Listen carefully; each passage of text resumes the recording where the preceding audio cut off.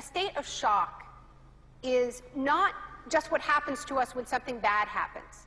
It's what happens to us when we lose our narrative, when we lose our story, when we become disoriented. What keeps us oriented and alert and out of shock is our history. So a period of crisis like the one we're in is a very good time to think about history, to think about continuities, to think about roots. It's a good time to place ourselves in the longer human story of struggle.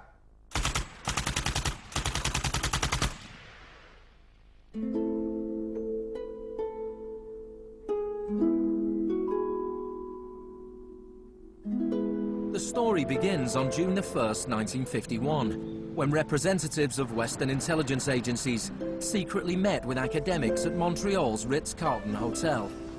This meeting contributed to military-funded research into the effects of sensory deprivation at McGill University. Sensory deprivation really is a way of producing extreme monotony. It causes loss of critical capacity. The thinking is less clear. The subject complains that he can't even daydream. And when you have college students that can't daydream, they're in a bad way. I began to think while we were doing our experiments that it's possible that something that involves physical discomfort or even pain might be more tolerable than simply the deprivation conditions that we studied. Hebb decided to stop work on the research. But I had no idea when I suggested that what a vicious weapon, potentially vicious weapon, this could be. These are the days and hours are the occasions. But experiments at McGill continued under the ambitious head of psychiatry, Dr. Ewan Cameron. What he did was much more than what we had done. We did our work strictly with the understanding that the subject could get up and walk out at any point he wished to, and some of them did. Cameron's patients were not so lucky.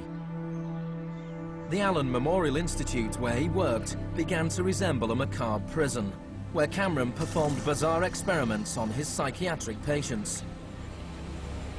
Cameron wanted to de-pattern or wipe clean his patient's mind, so he could rebuild them from a blank slate.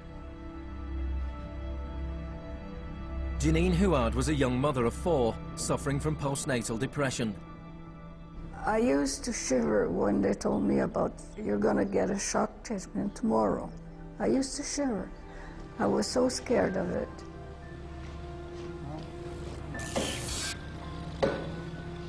And I would wake up in another room, all mixed up and sad, and it used to make me very sad after. You're just like a zombie walking around. Cameron combined shock therapy with sleep therapy and the repeated playing of taped messages. It says, Janine, Janine, you are running away from your responsibility. You don't want to take care of your husband and children. All the time, the same thing. It sounds like you were being interrogated. Yes, interrogation, but for what purpose? It wasn't long before the CIA put Cameron's research into practice. Many of his techniques appear in the agency's Kubat Counterintelligence Interrogation Manual. These words are from the manual. It's a fundamental hypothesis of this handbook that these techniques are in essence methods of inducing regression of the personality. There is an interval, which may be extremely brief, of suspended animation, a kind of psychological shock or paralysis. Experienced interrogators recognize this effect when it appears and know that at this moment the source is far more open to suggestion, far likelier to comply than he was just before he experienced the shock.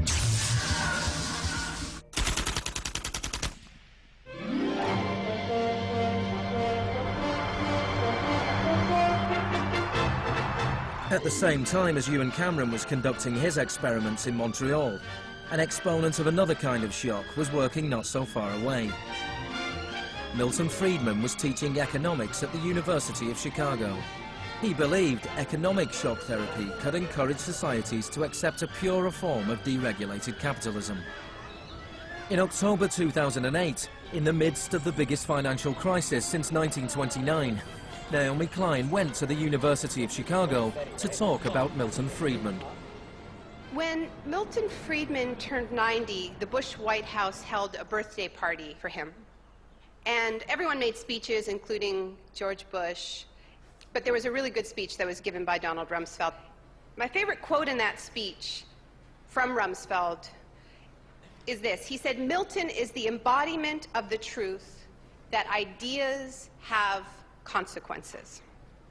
What I want to argue here is that the economic chaos that we're seeing right now on Wall Street and on Main Street and in Washington stems from many factors, of course, but among them are the ideas of Milton Friedman.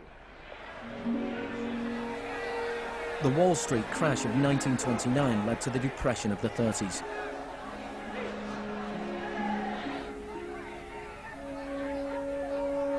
Central to Friedman's thesis was his opposition to the New Deal, announced by President Franklin Roosevelt in his inaugural speech. Our greatest primary task is to put people to work. This is no unsolvable problem if we face it wisely and courageously. Let me assert my firm belief that the only thing we have to fear is fear itself. Influenced by the economist John Maynard Keynes, Roosevelt started a program of public employment to get people back to work. Today, depression is a fading memory. Millions of men and women have found employment, and with it, confidence and hope. It wasn't that simple. The Depression lasted into World War II. But after the war, the Marshall Plan spread Keynes's model of government regulation and intervention to Europe.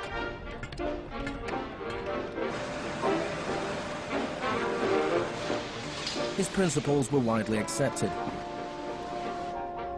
but not in the economics department of the University of Chicago. Milton Friedman from this university waged a war against the New Deal. Friedman was a member of a group called the Montpellier Society, led by the Austrian economist Friedrich von Hayek. They believed that if governments stopped providing services and stopped regulating markets, the economy would correct itself. In the 50s, they were seen as cranks, but over the last 30 years, their ideas have become the dominant economic doctrine. The thesis of the shock doctrine is that we've been sold a fairy tale about how these radical policies have swept the globe. That they haven't swept the globe on the backs of freedom and democracy, but they have needed shocks, they have needed crises, they have needed states of emergencies. Milton Friedman understood the utility of crisis. Only a crisis, actual or perceived, produces real change. When that crisis occurs, the actions that are taken depend on the ideas that are lying around.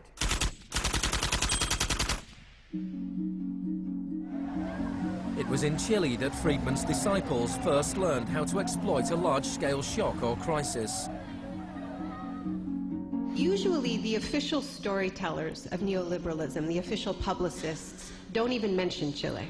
They start the story with Thatcher and Reagan because it's much more flattering that way. In the 50s and 60s, Chile's progressive developmental policies were a beacon in the region. The government invested in health, education and industry. American corporations were worried their investments would suffer.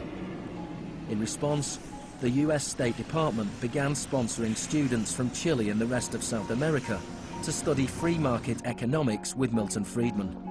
The University of Chicago had a joint arrangement with the Catholic University of Chile, under which a great many Chilean students came to the University of Chicago, were trained by us and received PhDs. These students went back and taught in Chile. The Catholic University Economics Department in Santiago became a little Chicago school. Arnold Harberger, the economist in charge of the program, described himself as a seriously dedicated missionary. In 1970, Salvador Allende's popular unity government won the election on a platform of nationalization of large sectors of the economy. Chile's phone company was majority-owned by the US corporation ITT. It spearheaded attempts to stop Allende becoming president. It had the support of Richard Nixon in the White House.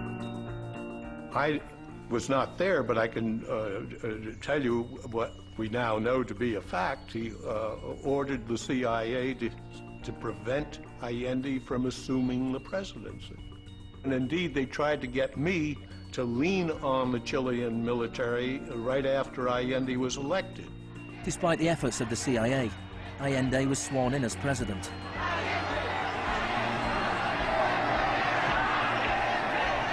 Richard Nixon ordered the CIA director to make the economy scream. Señor Nixon es presidente de Estados Unidos y yo soy presidente de Chile.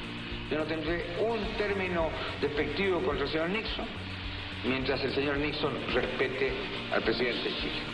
Preparations began for the military coup. The Chilean Chicago boys started work on a 500-page economic blueprint called the BRIC. With US funding, everything was done to destabilize the economy. Truck drivers went on strike, bringing factories and shops to a standstill. There was a failed coup attempt on June the 29th, 1973. And then on September the 11th, with General Pinochet leading the army, the assault began on the presidential palace.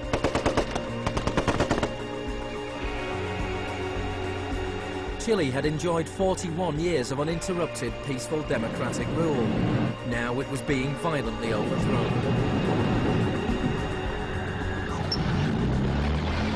Pinochet and his supporters described the coup as a war.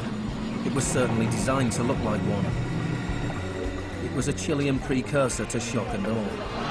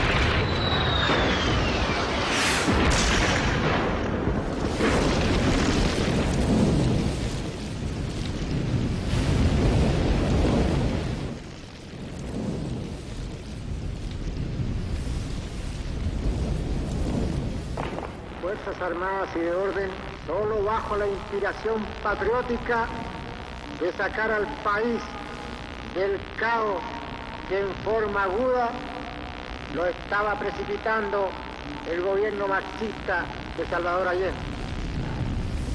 The Chicago boys delivered their economic blueprint, the BRIC, to Pinochet.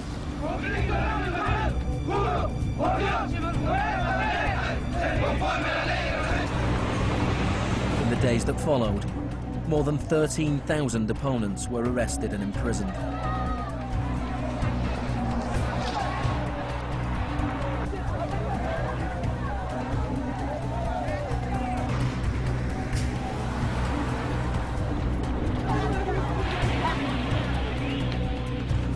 Thousands of prisoners were held in the National Stadium. Many were tortured. Chile became notorious around the world. ¿Cuántas personas?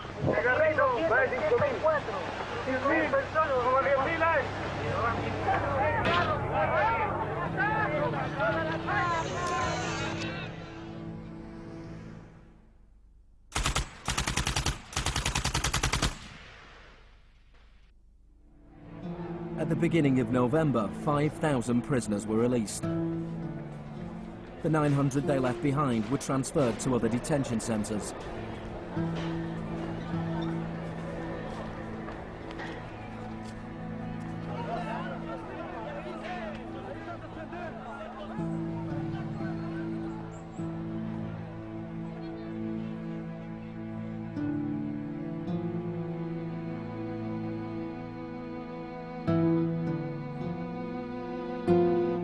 Less than a month later, FIFA allowed Chile to play a World Cup qualifier in the very same stadium. Their opponents, the Soviet Union, refused to play there, so Chile were allowed to score into an open goal and went through to the 1974 World Cup finals.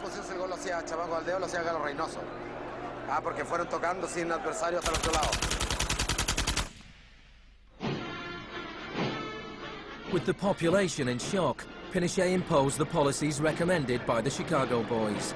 Removal of price controls, the sale of state companies, the removal of import barriers and cuts to government expenditure. Friedman later openly acknowledged the importance of the Chilean experiment. Here was the first case in which you had a movement toward communism, which was replaced by a movement toward free markets. It didn't work. A year later, inflation was 375% per year, the highest in the world. So in March 1975, Arnold Harberger and Milton Friedman flew into Santiago. He used a phrase that had never before been used in a real-world economic crisis. He called for shock treatment. He said that he was like a doctor that was going to help a country that was suffering an epidemic, and he was simply prescribing the medicine. Friedman wrote that General Pinochet was sympathetically attracted to the idea of a shock treatment, but was clearly distressed at the temporary unemployment it might cause.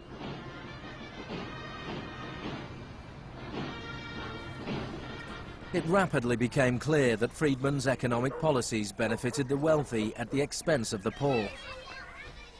It was calculated that a family trying to live on the average wage had to spend 74% of its income on bread. Items such as bus fares or milk became luxuries, and Pinochet got rid of free milk in school, a move that echoed the controversial policy of the young education minister in Britain, who would later become his friend.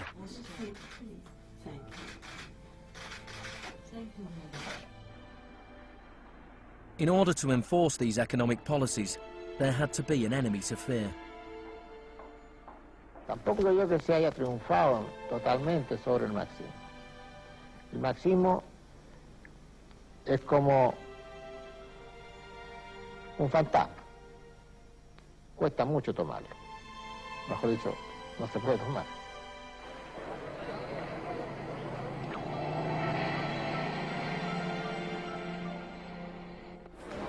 Friedman and Harberger argued that free market economics went hand in hand with freedom and democracy. But in Chile, where their ideas were being implemented within the context of a military dictatorship, the opposite was true. Many in Latin America saw a direct connection between the economic shocks that impoverished millions of people and the epidemic of torture inflicted on those who believed in a different kind of society. One of those was Orlando Letelier. Letelier had been Allende's ambassador in Washington. He spent a year in one of Pinochet's prisons before being exiled back to America. In 1976, Letelier wrote, "The economic plan has had to be enforced, and in the Chilean context, that could only be done by the killing of thousands, the establishment of concentration camps all over the country, and the jailing of more than 100,000 persons in 3 years."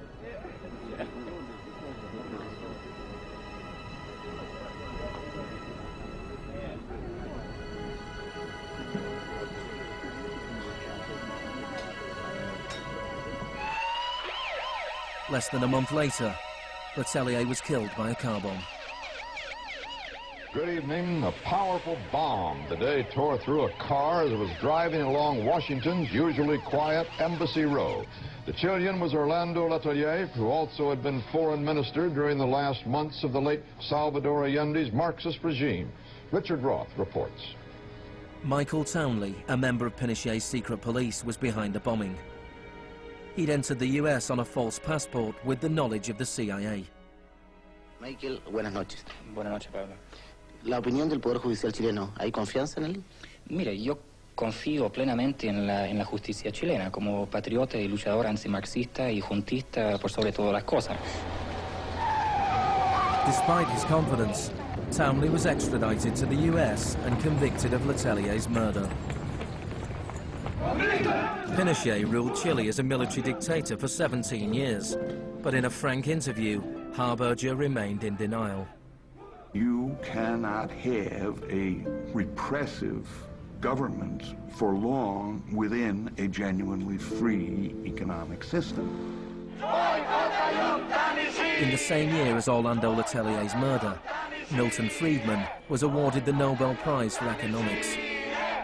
You know, you people have such a distorted idea of what went on. Let me tell you some facts.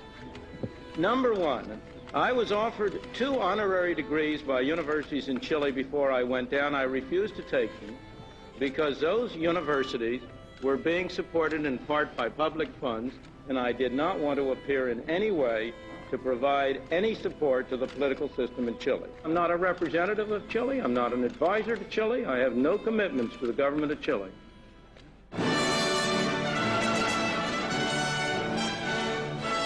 I now turn to you, Professor Milton Friedman.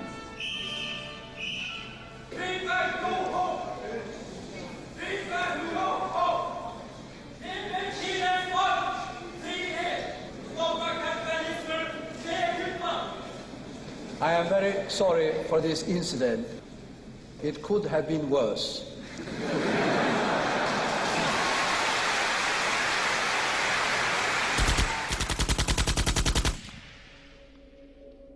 What I'm trying to do in the shock doctrine is tell an alternative history of how this savage stream of pure capitalism that we've been living, capitalism unrestrained, came to dominate the world.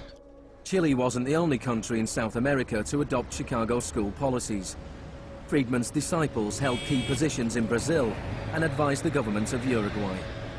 Then on March the 24th, 1976, a military coup overturned the government of Isabel Perón in Argentina. A junta of 3 generals took over the country, led by General Videla. Chicago boys landed key economic posts in the military government. They seized the opportunity for major economic and social re-engineering. And within a year of the coup, wages lost 40% of their value, factories closed, poverty spiraled. Just as in Chile, people had to be terrorized into accepting these economic policies. Videla learned from Pinochet's experience. He adopted the tactic of disappearing people. Striking a balance between public and private horror, disappearances were often carried out in broad daylight, but could always be denied.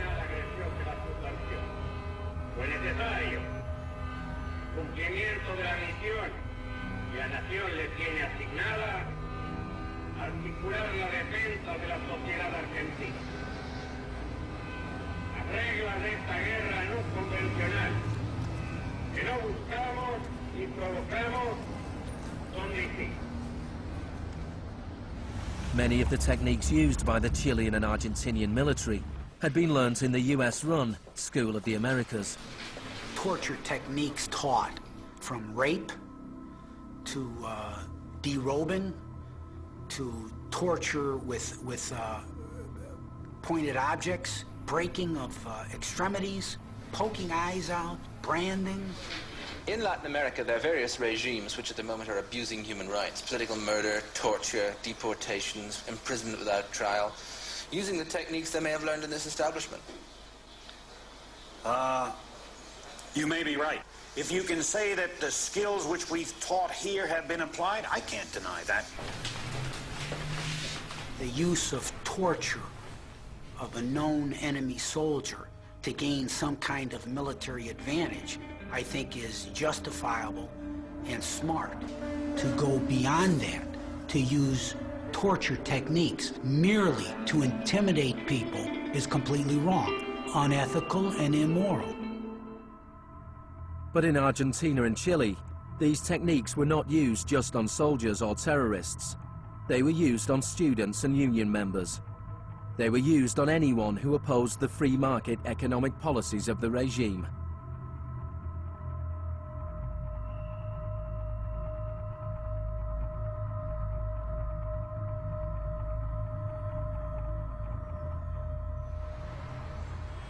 In 1978, the Argentine junta hosted the World Cup. The final was played in the stadium less than a mile away from the biggest detention camp in the country, where thousands of prisoners were held in torture chambers. Decir que con los goles, con el grito de gol, se tapaba la voz de los secuestrados, los gritos de los secuestrados era una realidad. Organización extraordinaria, miles y miles de banderas, miles y miles de gargantas enronquecidas, 25 millones de argentinos que tienen un solo color, el celeste y blanco. El fútbol ha hecho el milagro del país, de este maíz maravilloso que nos siguen atacando a aquellos que... And Argentina took their terror regime one step further than Chile. Among the disappeared were hundreds of pregnant women, women who were allowed to give birth before being murdered. De todas aquellas mujeres que estaban embarazadas, les permitieron tener a sus hijos para una vez que nacieran sacárselos. Y eso sucedió con 500. Yo soy uno de esos 500. Those children, many of whom were raised by families connected to the military, were a powerful reminder of the junta's project to re-engineer an entire society.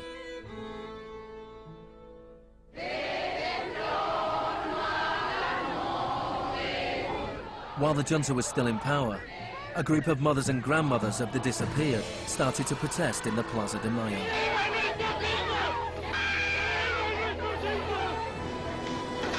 They turned detective, searching for the disappeared children. After the junta collapsed, some were found and reunited with their families. Occasionally they found remains. Mostly they found nothing.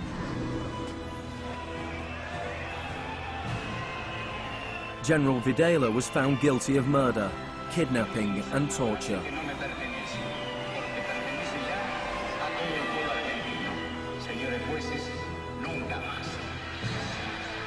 He was sentenced to life in prison.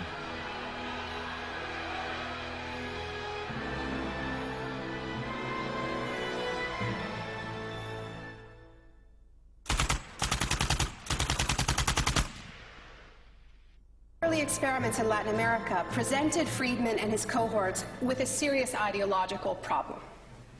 Friedman had promised that these policies would not just make the elites richer, but that they would create the freest possible societies, that this was a war against tyranny, that capitalism and freedom went hand in hand. Yet here we see that in the 70s, the only countries putting these ideas into practice were military dictatorships. Nixon had fully supported imposing these types of brutal free market policies in South American dictatorships. But when it came to domestic economic policy in the United States, where Nixon had to worry about getting re-elected, it was a very, very different story.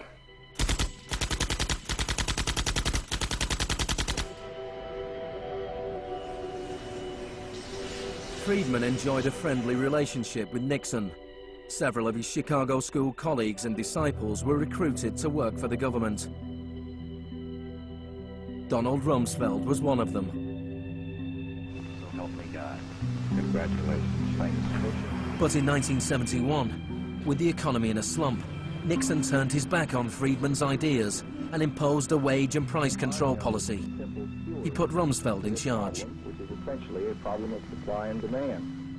I have for long been opposed to the wage and price control. I believe it involves government intervention with the freedom of individuals. I think it's intolerable. The Keynesian policy was a success, and Nixon won a second term with a landslide majority. It was a blow for Friedman.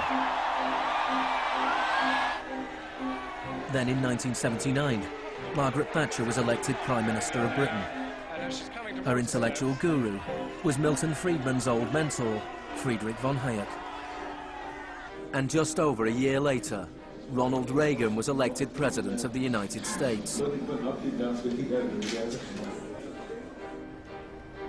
Both Britain and America were now ruled by unabashed Freemanites.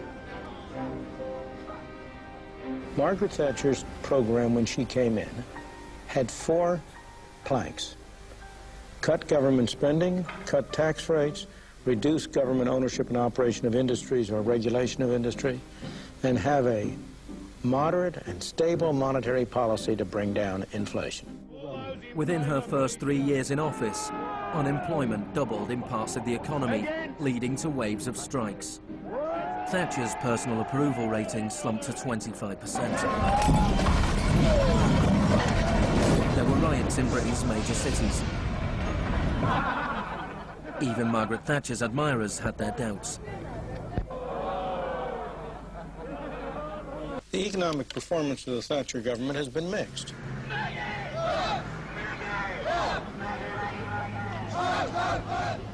To those waiting with bated breath for that favorite media catchphrase, the U-turn, I have only one thing to say. You turn if you want to. The ladies not for turning.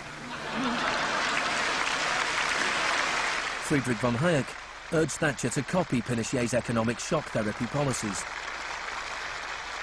Thatcher replied, "In Britain, with our democratic institutions and with the need for a high degree of consent, some of the measures adopted in Chile are quite unacceptable."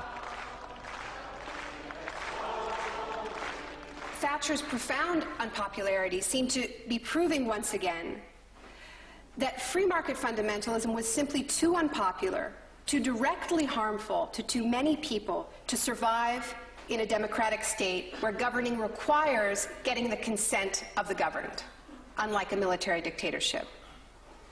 What pulled Thatcher back from the abyss and ultimately saved the project was a crisis. Indeed, it was the ultimate crisis. It was a war.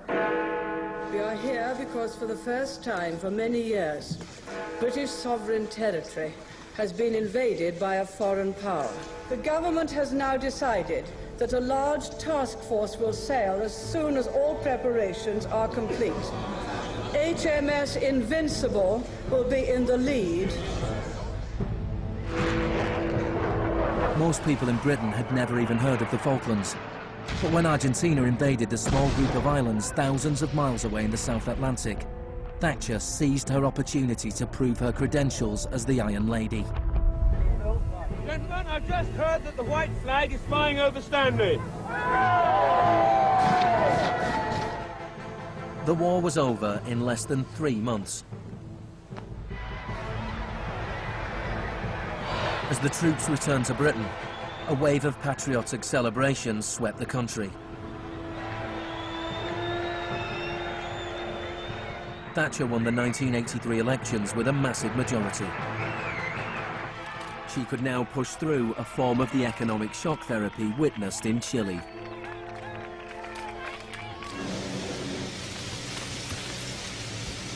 The most powerful union in Britain was the National Union of Mine Workers. When the National Coal Board tried to close pits down, the miners went on strike. Parts of central London are brought to a halt as thousands of miners and sympathizers march through the city in support of the miners' strike. It's Britain's longest and most bitter since 1926, and the most expensive ever. The strike lasted almost a year. Thatcher used every means at her disposal to destroy the union.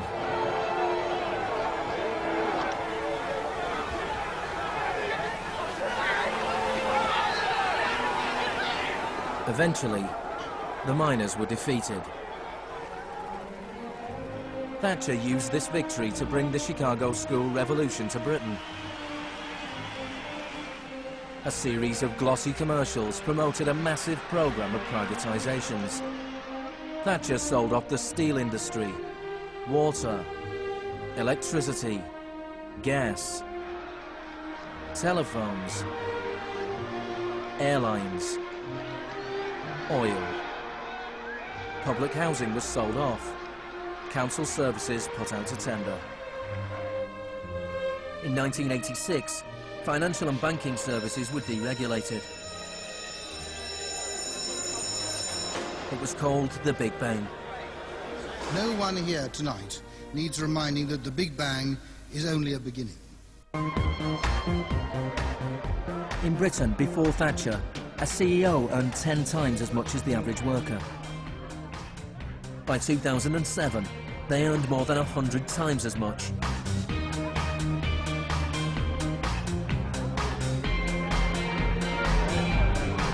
In the US before Reagan, CEOs earned 43 times as much as the average worker.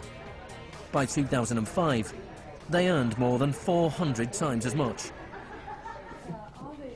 Friedman openly acknowledged the importance of Thatcher and Reagan in the spreading of Chicago school policies around the world. The coincidence of Thatcher and Reagan having been in office at the same time was enormously important for the public acceptance worldwide of a different approach to economic and monetary policy.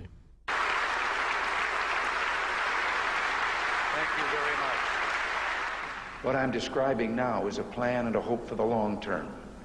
The march of freedom and democracy, which will leave Marxism, Leninism on the ash heap of history as it has left other tyrannies which stifle the freedom and muzzle the self-expression of the people.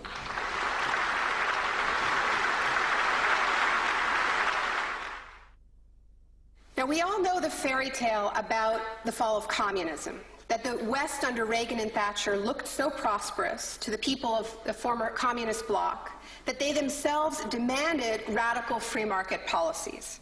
Now, this really is a fairy tale.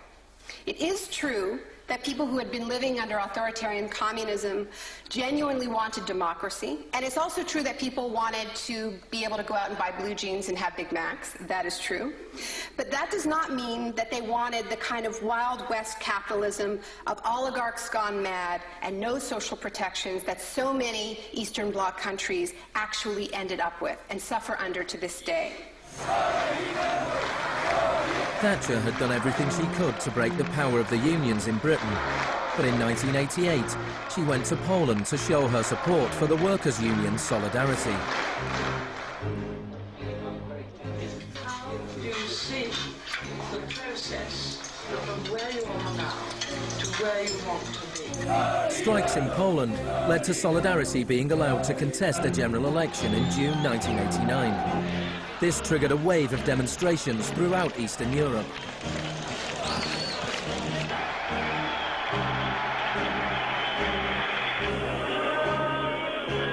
In the past, the Soviet Union had used military force to crush democratic movements. But the Soviet Union had a new type of leader, Mikhail Gorbachev, who was committed to glasnost and perestroika. He talked about a third way, a gradual transition to Scandinavian-style social democracy, something between free market capitalism and communism. Gorbachev charmed the public and politicians of the West. He's a bold, a determined and courageous leader. Gorbachev stood and watched as one by one the old communist regimes collapsed.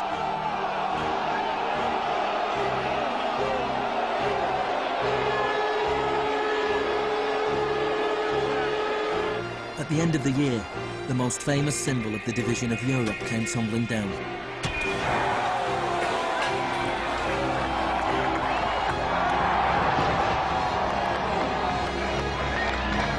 For Friedman and the Chicago boys, a whole new world opened up. In the Soviet Union, Gorbachev was hoping to gradually reform the Russian economy.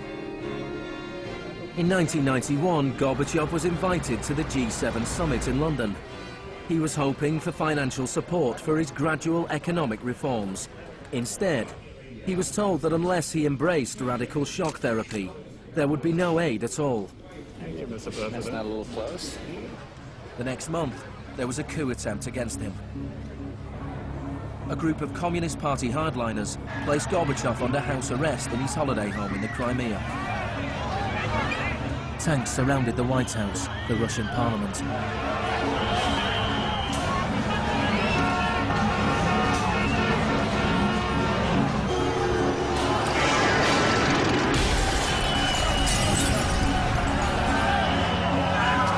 Amid the chaos of street clashes,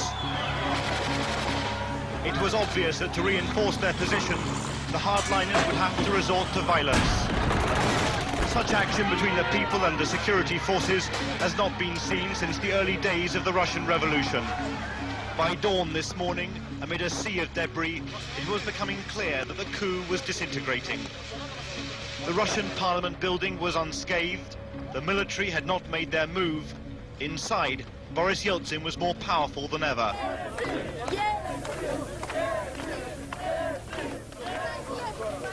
This was Yeltsin's finest hour.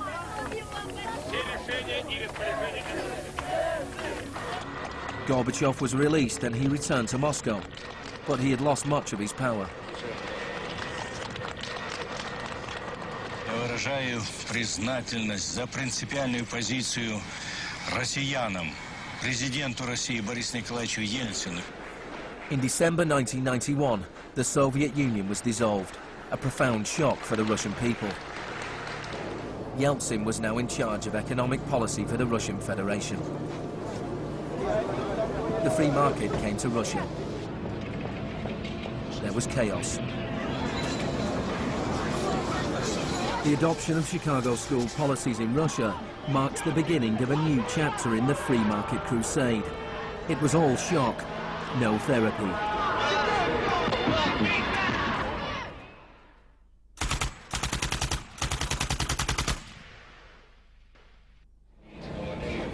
Despite the public efforts to promote popular capitalism, the reality was a small handful of businessmen made vast fortunes. State industries were sold off at bargain basement prices.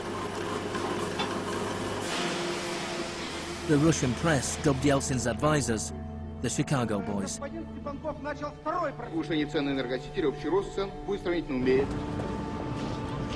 Yeltsin's shock therapy meant that in 1992, the average Russian consumed 40% less than in 1991.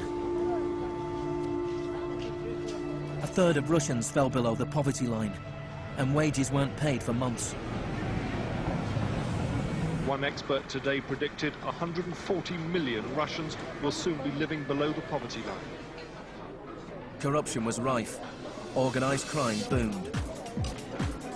Moscow became the new Wild West.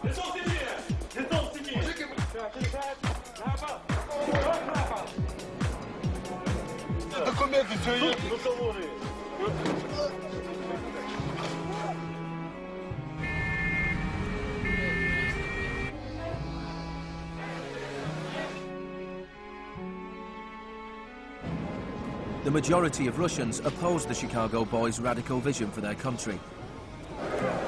In March 1993, Parliament made a crucial decision. It voted to repeal the special powers it had given to Yeltsin. Yeltsin declared a state of emergency.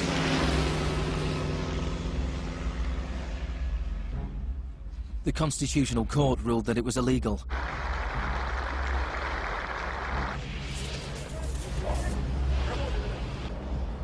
On September 21st, Yeltsin took the Pinochet option and dissolved Parliament. Сегодняшнего дня прерывается осуществление законодательной, распорядительной и контрольной функций съезда народных депутатов. The West threw its weight behind Yeltsin. We feel that Boris Yeltsin is the best hope for democracy in Russia.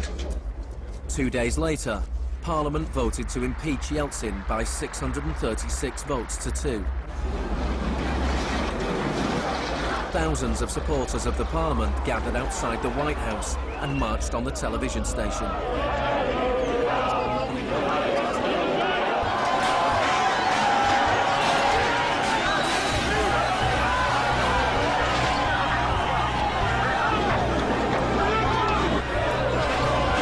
It looked like the supporters of Parliament were winning.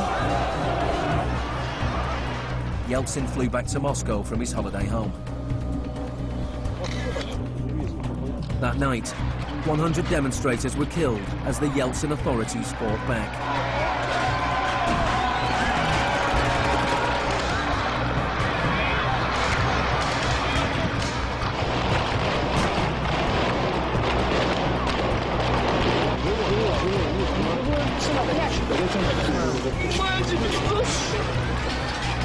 On the 4th of October, he ordered troops to storm the White House, shelling the very building he had defended 2 years earlier.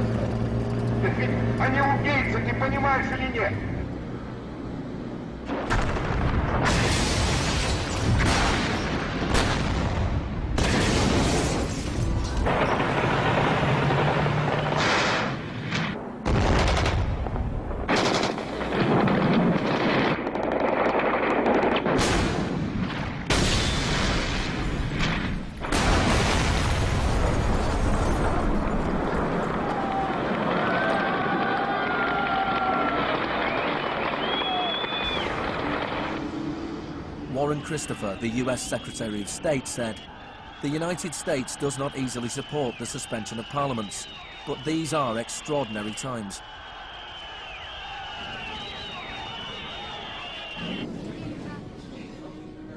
Yeltsin now had absolute power. With the advice of his Chicago boys, he ruled through a form of crony capitalism. Even more state industries were sold off, creating a new class of billionaire businessmen with huge political influence, the oligarchs. By 1998, 80% of Russian farms were bankrupt and 70,000 state factories were closed. In 8 years, the number of people living in poverty increased by 72 million. Meanwhile, Moscow would go on to have more billionaires than any other city in the world.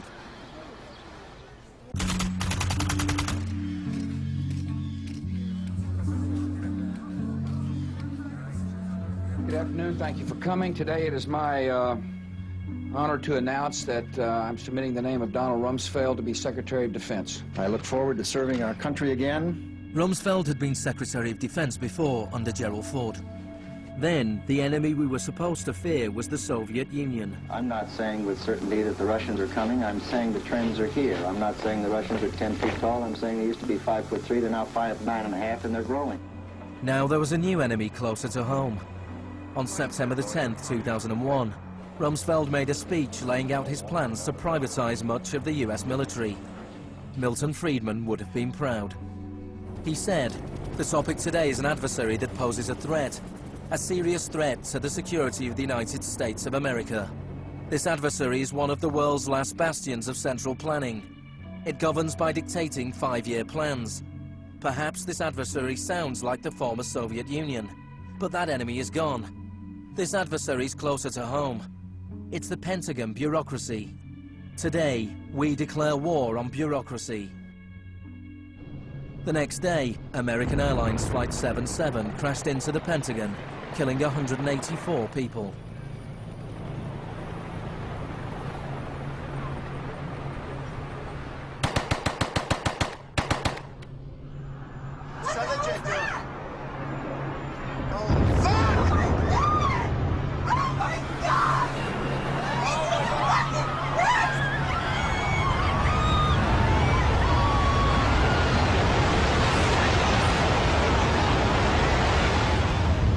Think about that feeling after those attacks.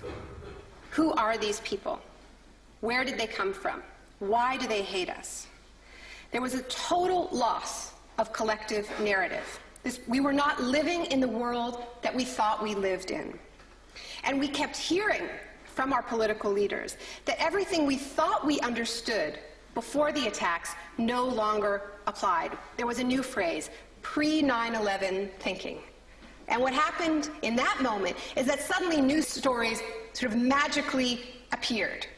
That we were in a clash of civilizations. That's the world that we suddenly lived in. That there was an axis of evil, and that we were fighting a war against terror. This abstract, unwinnable war has had huge economic consequences. Before 2001, Homeland Security barely registered as an industry. Today, it is bigger than Hollywood and the music industry combined.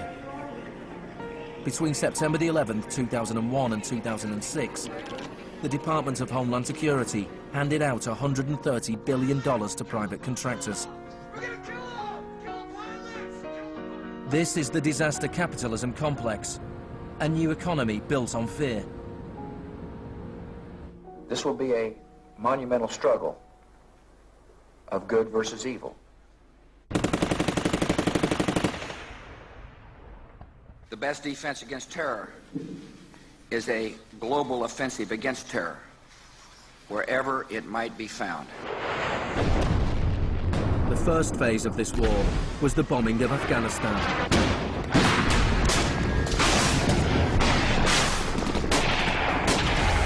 The Taliban government was quickly overthrown. The aftermath of the war was more complicated. Our fight against terrorism began in Afghanistan, but it will not end there. We're primarily looking at detainees that we can use. We're collecting intelligence.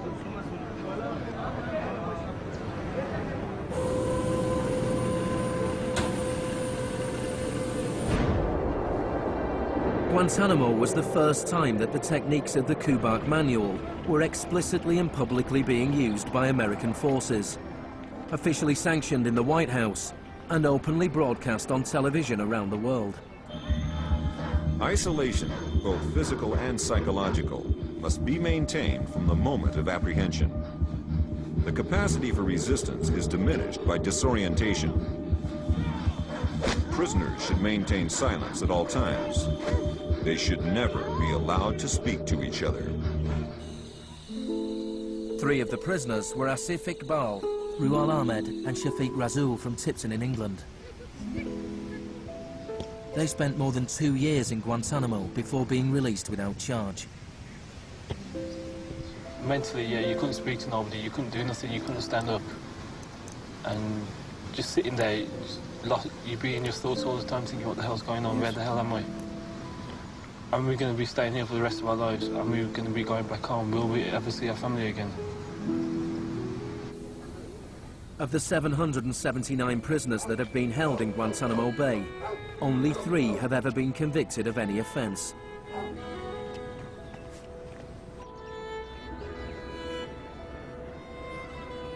Well, the only thing I know for certain is that these are bad people. It was a message to the whole world, and the message was clear. It was, this is what happens to you if you get in our way.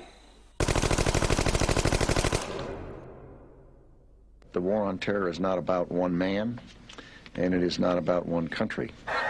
There were many justifications given for the invasion of Iraq. But if the US had really wanted to attack a country where the leaders of Al-Qaeda were thought to be hiding, which had nuclear weapons and was selling nuclear technology to other countries, then Pakistan would have been the obvious choice. It had close connections to the Taliban and was being run by a military dictator. Instead, George Bush chose to target Iraq, a country with the 3rd largest oil reserves in the world.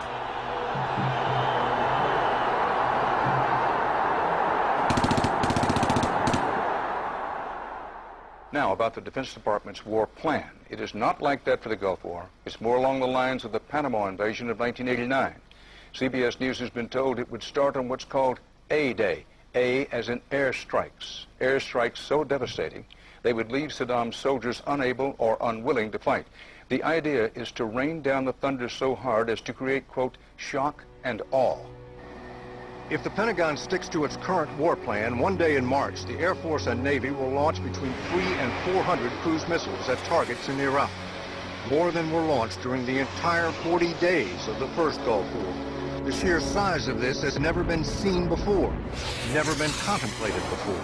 Harlan Ullman is one of the authors of the shock and awe concept, which relies on large numbers of precision-guided weapons.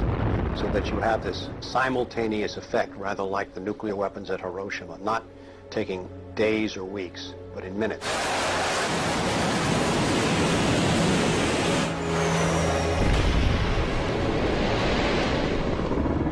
You also take the city down. By that I mean you get rid of their power, their water, and you begin this relentless campaign to wear them down so that 2, 3, 4, 5 days they are physically, emotionally, and psychologically exhausted. Last night, a square mile in central Baghdad seemed like hell on earth. During the first wave of the bombing, The citizens of Baghdad suffered a version of the sensory deprivation described in the Kubark manual. In the chaos that followed the overthrow of Saddam Hussein, the US did little to stop the looting. Some US officials even thought it gave them a head start on dismantling the Iraqi state. John Agresto, Director of Higher Education Reconstruction, said he saw the looting of schools as the opportunity for a clean start. In fact, before sanctions, Iraq had the best education system in the region. 89% of Iraqis were literate. By contrast, in New Mexico, John Agresto's home state, 46% of the population were functionally illiterate.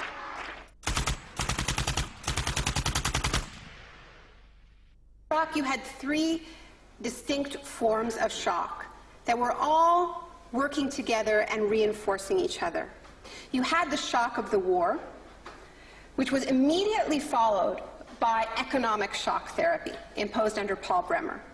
And as resistance to that economic transformation, that very rapid economic shock grew, you had the shock of enforcement, including torture. Three different kinds of shock.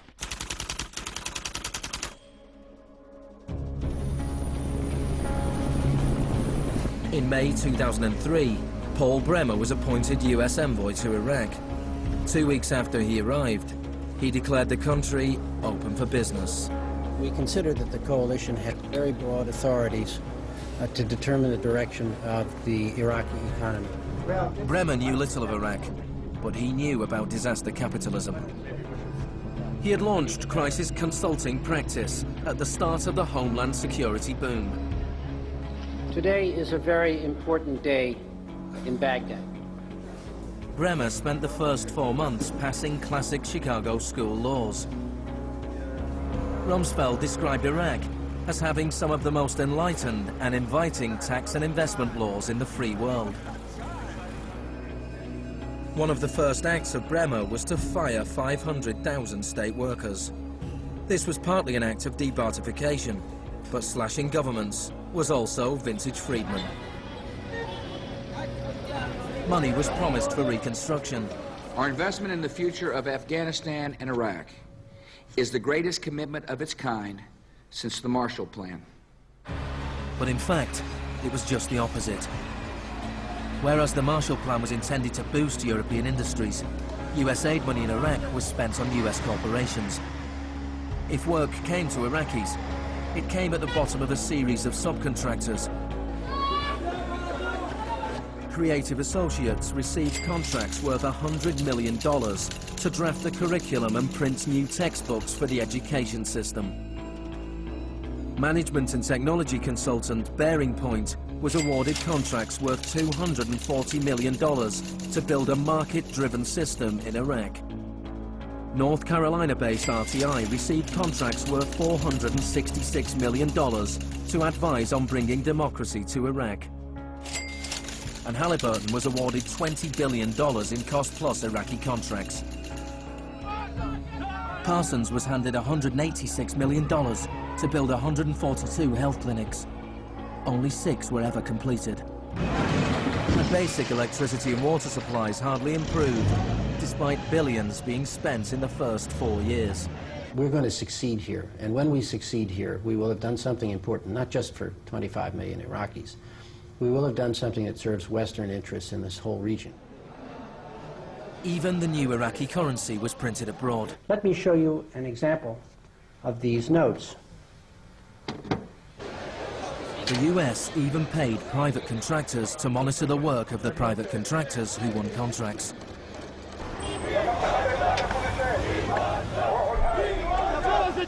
I was in Baghdad in 2004, and this is the period when bombs started to go off regularly in Baghdad. In fact, the night that I arrived, a bomb went off very near our hotel.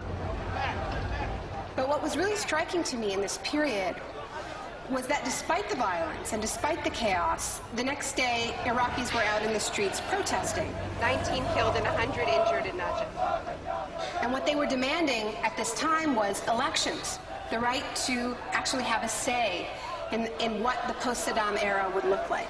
Now, in the early days of the occupation, the protests were peaceful, but as time went on, and the protests didn't have an effect, more and more Iraqis joined the armed resistance.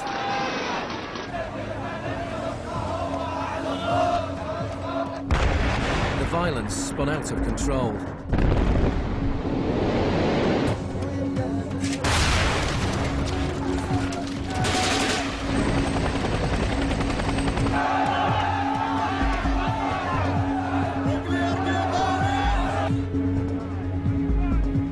As in South America 3 decades earlier, bodies were often dumped by the roadside as a warning to others. These were Iraq's disappeared.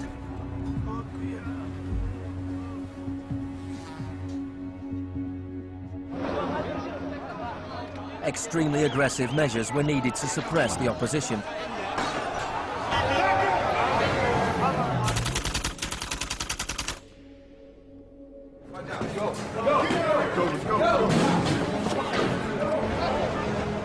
The first 3.5 years of the occupation, 61,500 Iraqis were captured. By spring 2007, 19,000 remained in custody. In prison, they were interrogated using techniques that could be traced to those devised by the CIA from Ewan Cameron's experiments in the 50s.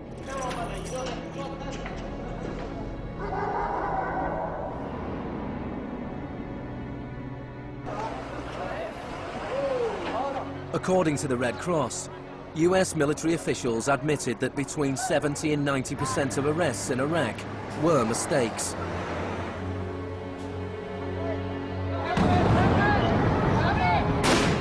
The chaos in Iraq seems like a defeat for shock therapy. But in Iraq, disaster capitalism moved on.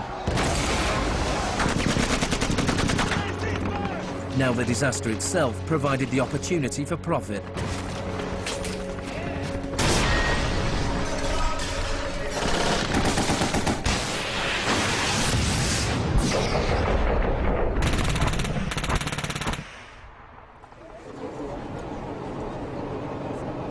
US military spending has almost doubled since 2001, nearing $700 billion per year.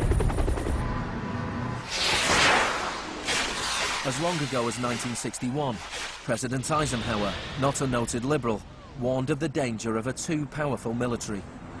Now, this conjunction of an immense military establishment and a large arms industry is new in the American experience. We must guard against the acquisition of unwarranted influence, whether sought or unsought, by the military-industrial complex. We must never let the weight of this combination endanger our liberties or democratic processes. The war in Iraq is the most privatized war in modern history. The Green Zone in Baghdad is an extreme version of what is happening around the world. A privatized, secure world protected from the chaos outside.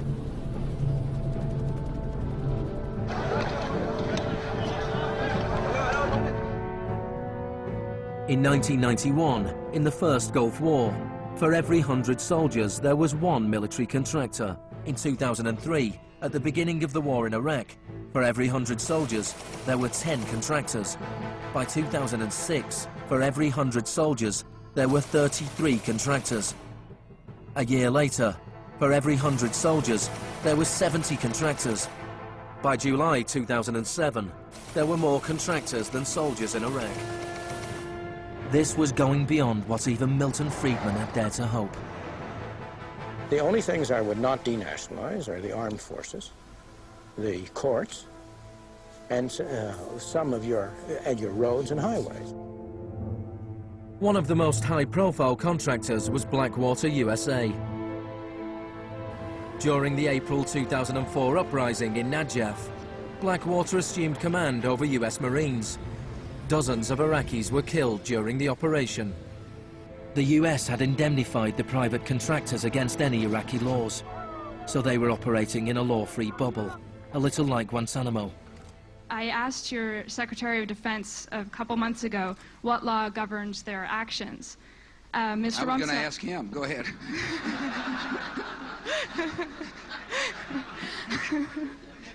Help. Well, I was hoping...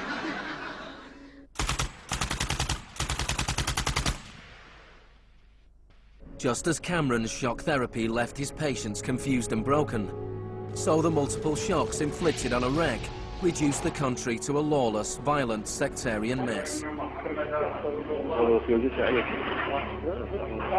By the time of Saddam Hussein's execution in 2006, 1,000 Iraqis were being killed each week.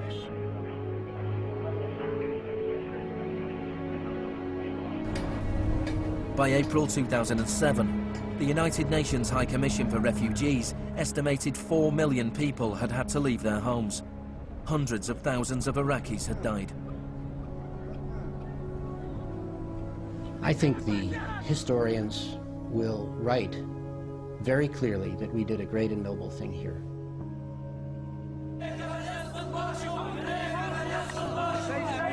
المسيرة بحد ذاتها هي ضد الإرهاب، ضد الإرهاب الأمريكي، لأن الأمريكان يقتلون النساء ويعتقلون النساء ويقتلون الأطفال ويهينون الشيوخ ويقتلون الشباب. أمريكا بحد ذاتها هي الإرهاب.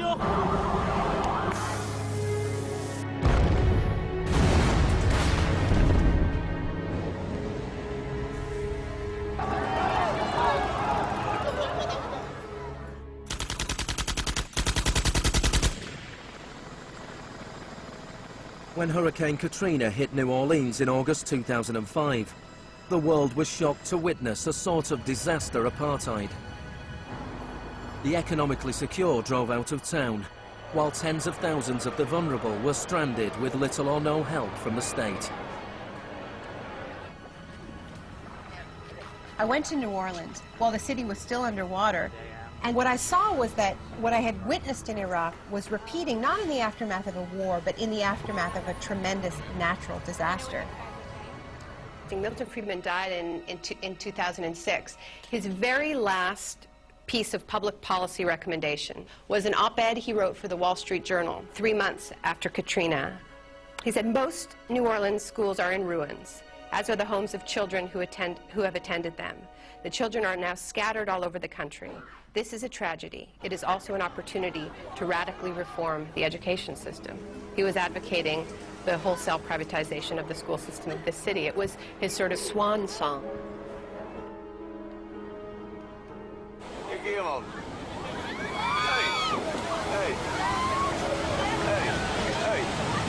I'd witnessed a similar process in Sri Lanka in the aftermath of the 2004 tsunami.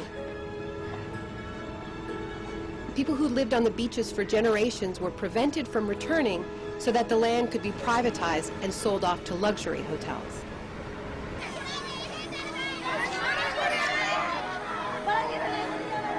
And this is exactly what I mean by the shock doctrine, the systematic raiding of the public sphere in the aftermath of a disaster, when people are too focused on the emergency, on their daily concerns, to protect their interests.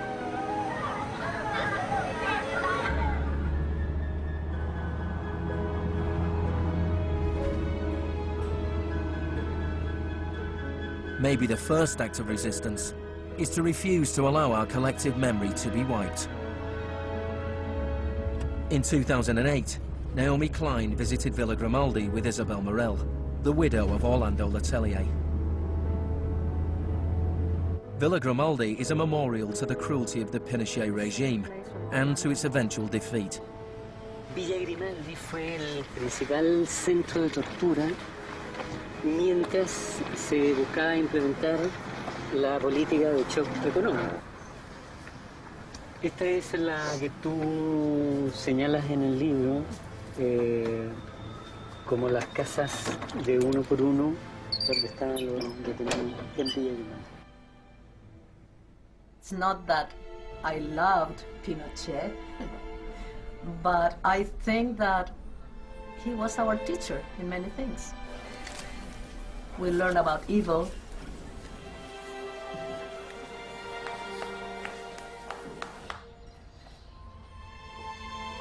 In 1998, Pinochet was arrested while he was in London. His old ally, Margaret Thatcher, stood by his side. I know how much we owe to you.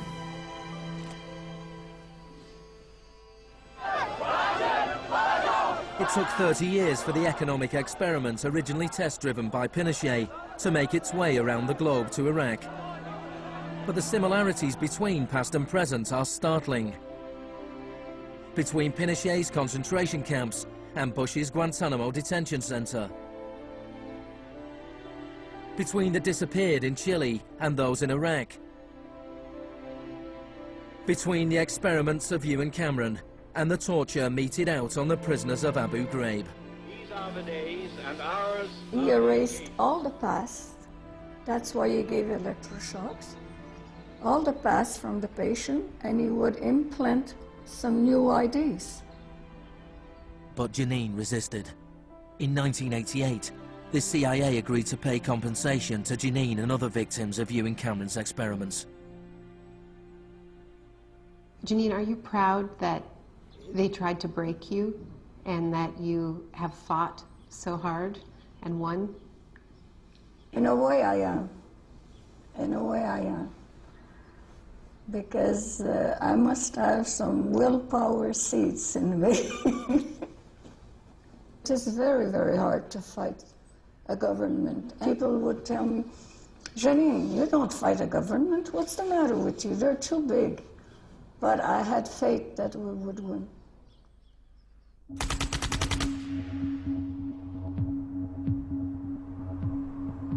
It is in the nature of unregulated markets to be volatile.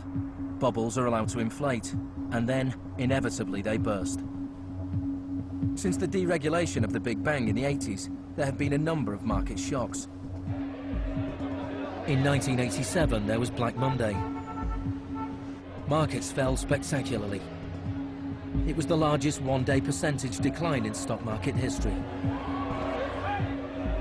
In 1992, there was Black Wednesday, when currency speculators made fortunes betting against the pound. In 1997, there was the Asian contagion. In 1 year, $600 billion disappeared from the stock markets of Asia.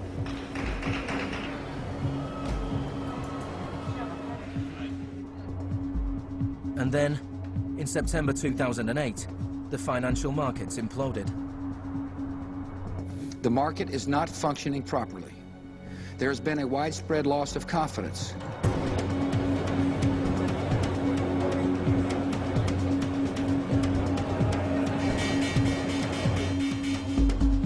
On September the 15th, Lehman Brothers filed for Chapter 11 bankruptcy protection. Yet only 1 week later, it was announced that workers at their New York office would share $2.5 billion in bonuses.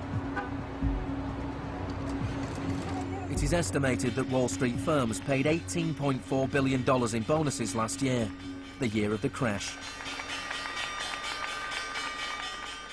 Despite the torrent of populist rhetoric about taking on the fat cats and standing up for the little guy and saving Main Street, not Wall Street, we are witnessing a transfer of wealth of unfathomable size.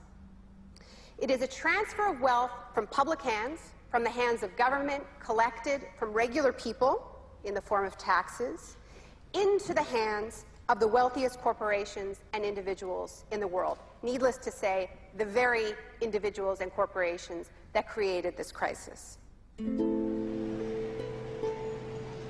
We are in the midst of a once-in-a-century credit tsunami. I found a flaw. I don't know how significant or permanent it is, but I've been very distressed by that fact. In the United States, it was the financial crisis that secured Obama's victory. Americans wanted to change course. Hello, Chicago!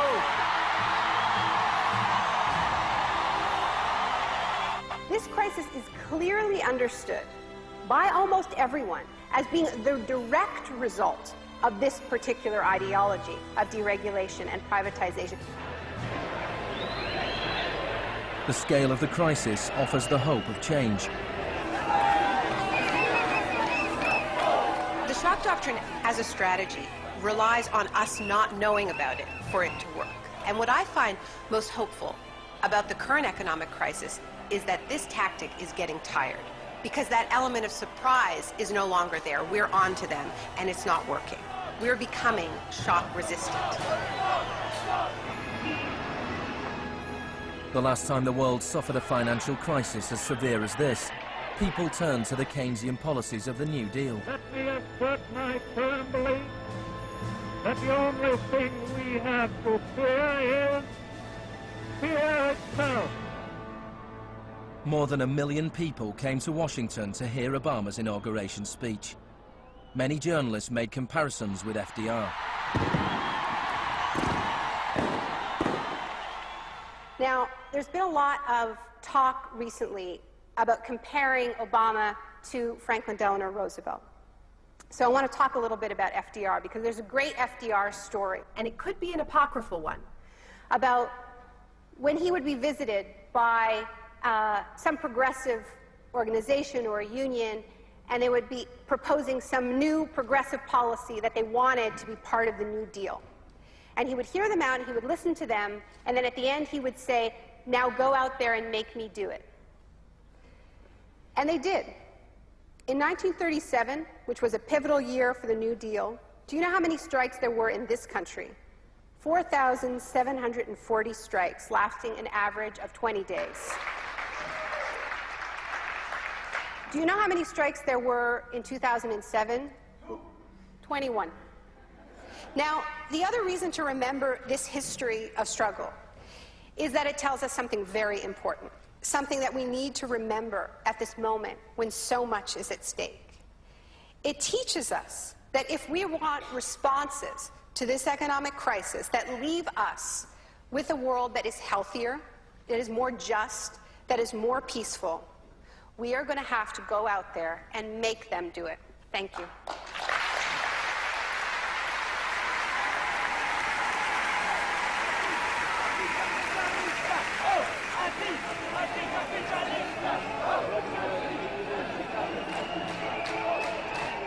Next week's exclusive new true story is Nursery University, more for Tuesday night at 10. And stay with us for the story of the rise and downfall of Enron, the smartest guys in the room.